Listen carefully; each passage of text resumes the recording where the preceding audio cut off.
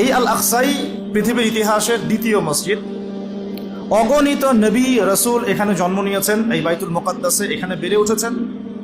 এই জায়গা কেন্দ্র করে তারা বিশ্বকে শাসন করেছেন, দাওয়াতি কাজ করেছেন, আল্লাহ তাওহীদের বাণী প্রচার করেছেন। এই আল আকসাই হচ্ছে নবী ইব্রাহিম আলাইহিস সালামের হিজরতের জায়গা। আমি শুধু মূল পয়েন্টসগুলো টাচ করছি, আপনাদের বিস্তারিত আপনারা পড়ে নেবেন। এই আল আকসাই হচ্ছে নবী ইব্রাহিম আলাইহিস সালামের হিজরতের জায়গা। তিনি থাকতেন ব্যাবিলনে, ইরাকের বাবেল শহরে। সেখান থেকে মূর্তি পূজারী পরিবার ত্যাগ করে তিনি চলে গিয়েছিলেন এই আল আকসায়, জেরুজালেমে। ওই জায়গাকে তখন বলা হতো শাম। এখন ওই জায়গাকে শামই বলা হয়, কিন্তু এখন শাম বলতে আমরা বেসিক্যালি সিরিয়াকে বুঝি, কিন্তু আসলে শাম শব্দ দিয়ে এই সিরিয়া শুধু না, প্যালেস্টাইন, লেবানন, জর্ডান, সিরিয়া পুরো জায়গাটাই শামের অন্তর্ভুক্ত। আগে ওই জায়গাকে বলা হতো কেনান। কি বলা হতো? কেনান। তো ইব্রাহিম আলাইহিস সালাম যখন সেখানে হিজরত করেন, সেখানে তাকে কেন্দ্র করে একটা প্রশস্ত নববী আদর্শ তাওহীদের প্রতিষ্ঠা, একটা নববী রুহানি পরিবেশ গড়ে ওঠে। এবং নবী ইব্রাহিম আলাইহিস সালামের দুজন স্ত্রী ছিলেন, সারা আলাইহিস সালাম এবং হাজারা আলাইহিস সালাম। সারা আলাইহিস সালাম তার সাথে ওখানে থাকতেন, ওই কেনানে, অর্থাৎ বাইতুল মুকাদ্দাসের কাছাকাছি। আর আরেক স্ত্রী হাজারা আলাইহিস সালাম থাকতেন এই মক্কায়, কাবায়, যাকে কেন্দ্র করে এখানে একটা সভ্যতা গড়ে ওঠে, যেটা আপনারা জানেন ইসমাইল আলাইহিস সালামের কুরবানি। এবং এই বংশেই নবী সাল্লাল্লাহু আলাইহি ওয়াসাল্লামের একজন দাদা আছেন, তার নাম হলো আদনান।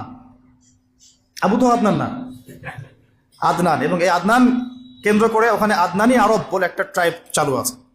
ওখানে আরবের অনেকগুলো ধারা আছে, আরবে আরিবা, আরবে দাইদা, আরবে মুস্তারিবা। এভাবে আস্তে আস্তে একটা পর্যায়ে গিয়ে আদনানি আরব একটা আরব দেখা যায়। এই বংশের একজন মহাপুরুষের নাম হলো ইসমাইল আলাইহিস সালাম। এই বংশেরই ইসমাইল আলাইহিস সালাম থেকেই আস্তে আস্তে আস্তে আস্তে এদিকে আসে। আর এই আদনানি আরব যারা, তাদের বংশেই শেষ নবী মুহাম্মদ সাল্লাল্লাহু আলাইহি ওয়াসাল্লামের জন্ম হয়েছে।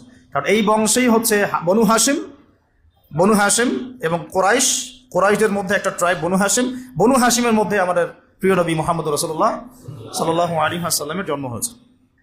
তো এখানে একটা ট্রাইব দেখছি আমরা মক্কায়, আরেকটা ট্রাইব দেখছি আমরা কেনানে, যেটাকে আমরা বলছি বাইতুল মুকাদ্দাস। ওইখানে ইব্রাহিম আলাইহিস সালামের আরেক সন্তান বেড়ে উঠতে লাগলেন, তার নাম হচ্ছে ইসহাক আলাইহিস সালাম। ইসহাক আলাইহিস সালামের যে সন্তান, তার নাম হলো ইয়াকুব আলাইহিস সালাম। আর ইয়াকুব আলাইহিস সালামের আরেকটা নাম হচ্ছে ইসরাইল। ইয়াকুব আলাইহিস সালামের আরেক নাম হলো ইসরাইল, এবং এই ইসরাইল নাম থেকেই পরবর্তীতে এই বংশের নাম হয়েছে বনু ইসরাইল। ঠিক আছে? এই বনু ইসরাইলের মধ্যে আল্লাহ পাকের প্রেরিত বেশিরভাগ নবী এসেছেন।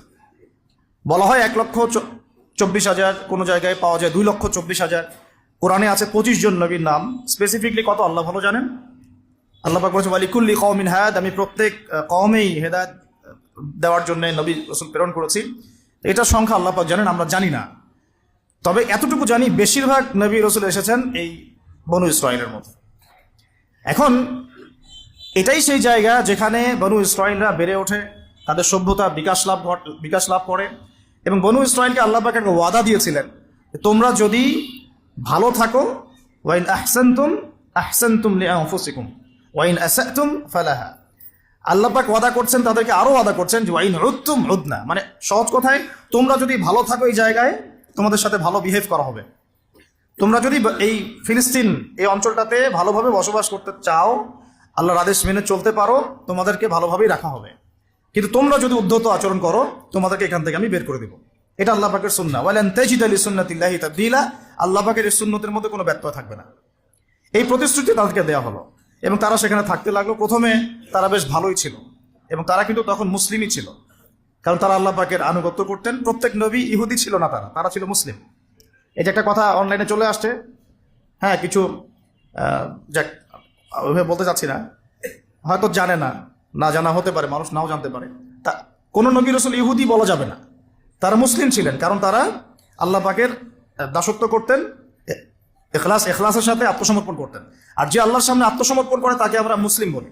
তা আমরা নবী রাসূলদেরকে বলবো না এভাবে তারা ইহুদি ছিলেন, না, তারা মুসলিম ছিলেন। তবে সভ্যতাটার নাম ছিল বনু ইসরাইল, বংশটার নাম ছিল বনু ইসরাইল। তো বনু ইসরাইল থেকে ইহুদি নাম কিভাবে হলো সেটাও আমি একটু পরে বলছি ইনশাআল্লাহ। এখন এই ইয়াকুব আলাইহিস সালামের বংশ বাড়তে লাগলো। আপনারা জানেন, সূরা ইউসুফ পড়ে দেখবেন, তার মোটামুটি 12 সন্তান হয়ে গেল। 12 সন্তানের মধ্যে এক সন্তানের নাম হলো ইউসুফ। আর তার ভাই যার নাম পাই আমরা বেনিয়ামিন, তাই না? নেতানিয়াহু না আবার, ঠিক আছে, বেনিয়ামিন। নামগুলো কেন মিলে যায় বুঝেন? তারা কিন্তু তাওরাত, ওল্ড টেস্টামেন্ট, নিউ টেস্টামেন্ট এগুলো ঘাটাঘাটি করে নামটার আগে আর কি ওদের একটা ভিশন আছে, ওইদিকে আমরা পরে আসতেছি।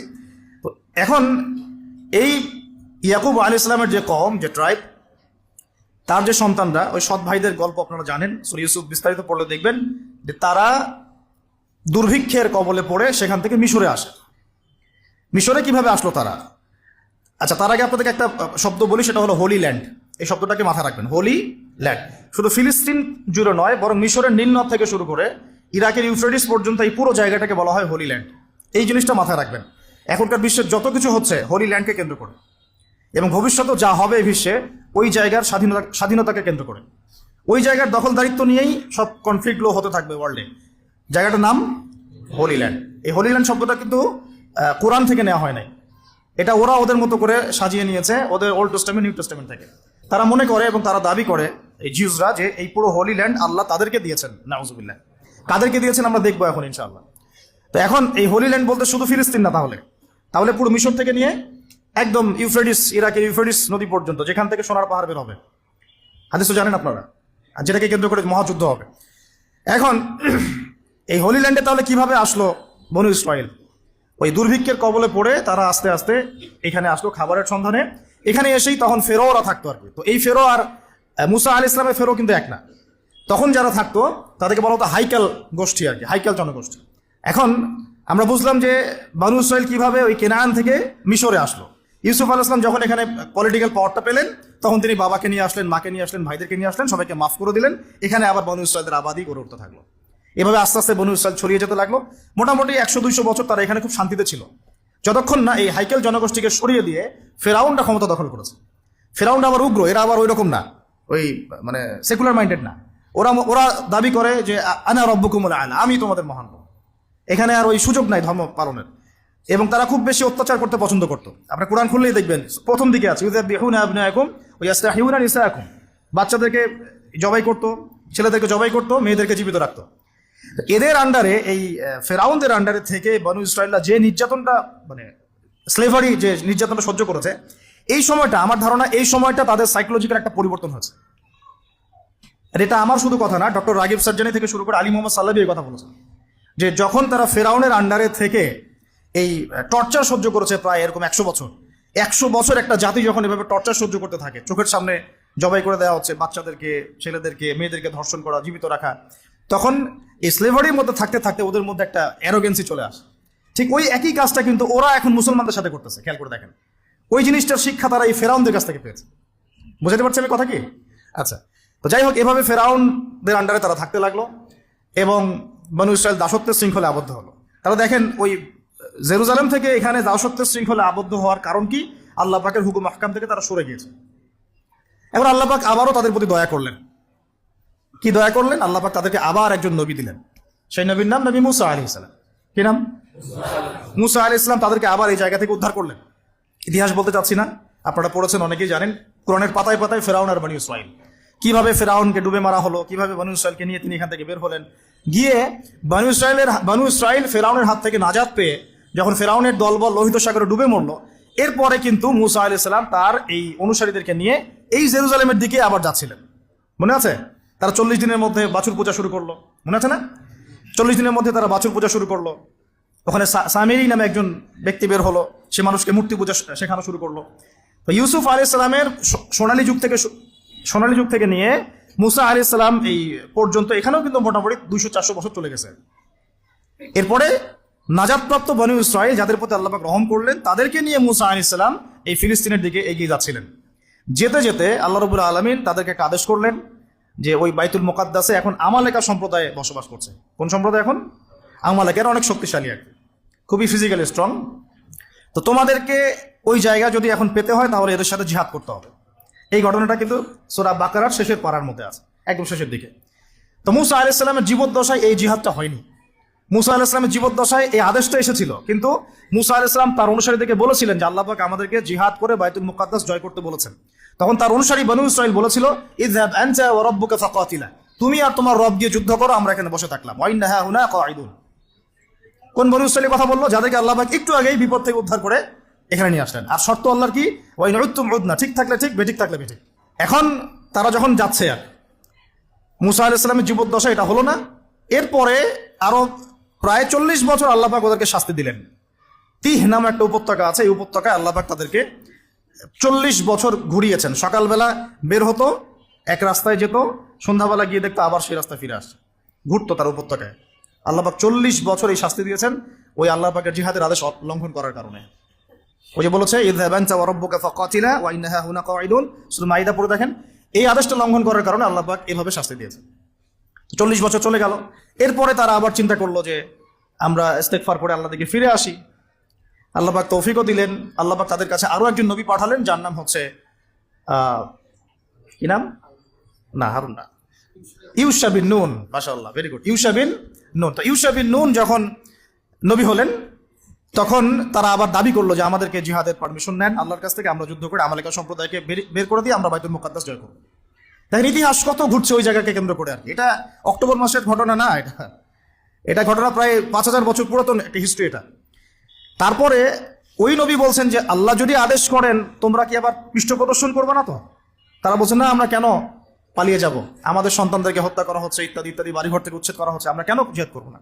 ওয়া মা লানা আল্লা নুকাতিলা ফি সাবিলিল্লাহ ওয়া কাদ উখরিজনা মিন দিয়ারিনা ওয়া আবনাইনা, সূরা বাকারা শেষের দিকে পড়ে দেখেন। তো এখন আল্লাহ পাক যখন আদেশ করলেন, তখন তারা বলছে আমরা এই নেতাকে মানি না। আল্লাহ পাক একজন নেতা নিযুক্ত করলেন, যার নাম হচ্ছে তালুত, যার নাম তালুত। তো তালুতকে তারা আর মানতে চাচ্ছে না, কারণ কিভাবে তালুত নেতা হতে পারে? ওর তো সম্পদও নাই, ওর তো স্ট্যাটাসও নাই। আমাদের মানে পরিবেশে নেতা হওয়ার মানদণ্ড যা আর কি, সম্পদ থাকতে হয়, স্ট্যাটাস থাকতে হয়। আল্লাহ পাক বললেন যে আমি তাকে দুটো গুণ দিয়েছি, নেতৃত্বের আমি তাকে স্পেশাল দুটো গুণ দিয়েছি। ওয়াজাদাহু বাসতাতাম ফিল ইলমি ওয়াল জিসমি, আল্লাহ পাক তাকে জিসম এবং ইলম দিয়েছেন। সুবহানাল্লাহ। নেতৃত্বের গুণাবলী কি পেলাম আমরা এখন?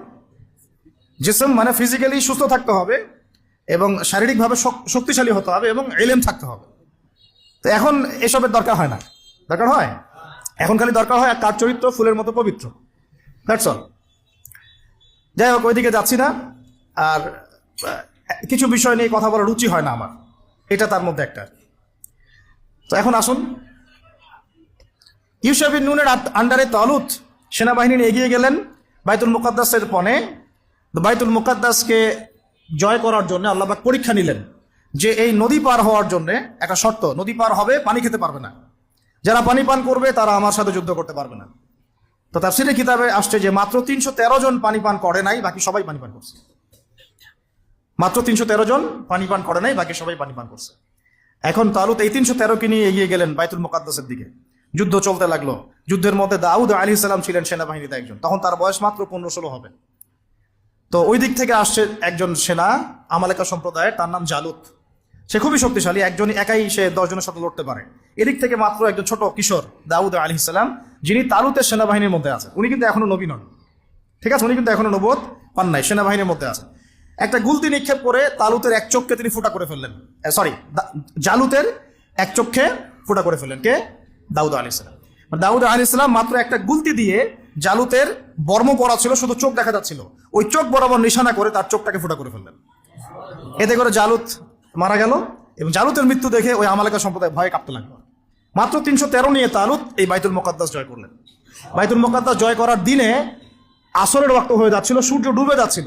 তখন তালুত আল্লাহর কাছে দোয়া করেন, এই নবী এবং তালুত তারা সবাই মিলে এই 313 জন আল্লাহর কাছে দোয়া করেন, আল্লাহ আমাদেরকে একটু সময় দান করেন, বরকত দান করেন, যাতে করে আমরা যুদ্ধটা শেষ করতে পারি, আজকে আমরা যেন ওখানে প্রবেশ করতে পারি। আল্লাহ রাব্বুল আলামিন সুবহানাল্লাহ এই সূর্যের ঘূর্ণনটাকে থামিয়ে দিলেন। ইতিহাসে এটা একবার হয়েছে, কোরআন সাক্ষী আছে, হাদিসে সাক্ষী আছে, দলিল আছে। এটা কিন্তু দাজ্জালের সময় হবে কিনা আল্লাহ ভালো জানেন, কারণ তখন কিন্তু প্রথম দিনটা 1 বছরের সমান হবে। কিভাবে একটা দিন 1 বছরের সমান হতে পারে আমাদেরকে ভাবতে হবে। তো এটা হয়েছে হিস্ট্রিতে একবার, সূর্যের ঘূর্ণন আল্লাহ থামিয়ে দিয়েছেন, তারা যুদ্ধ করেছে, বাইতুল মুকাদ্দাস জয় করেছে। কারা এরা? এরা বানু ইসরাইল, তালুতের বাহিনী, ইউশা বিন নুনের উত্তরসূরি, এবং এইখানে আছে দাউদ আলাইহিস সালাম। তারপরে দাউদ আলাইহিস সালাম সেখানে নবী হলেন। তার আগে বনু ইসরাইল ভালোভাবেই চললো, কোনো সমস্যা করে নাই। এরপরে দাউদ আলাইহিস সালাম যখন ক্ষমতায় আসলেন, নবুয়ত পেলেন, তাকে 40 বছর আল্লাহ পাক ওই জায়গা থেকে বিশ্ব শাসন করার অধিকার দিয়ে দিলেন। সুবহানাল্লাহ। তাহলে বাইতুল মুকাদ্দাস এবং আল আকসার ওই জায়গা থেকে 40 বছর বিশ্ব শাসন করেছেন দাউদ আলাইহিস সালাম। এবং তার শাসনটা এত সমৃদ্ধ ছিল, যে তিনি যখন জাবুর তেলাওয়াত করতেন তখন এই যে পাখি মাছ এগুলো সবাই কাছাকাছি চলে আসতো শোনার জন্য।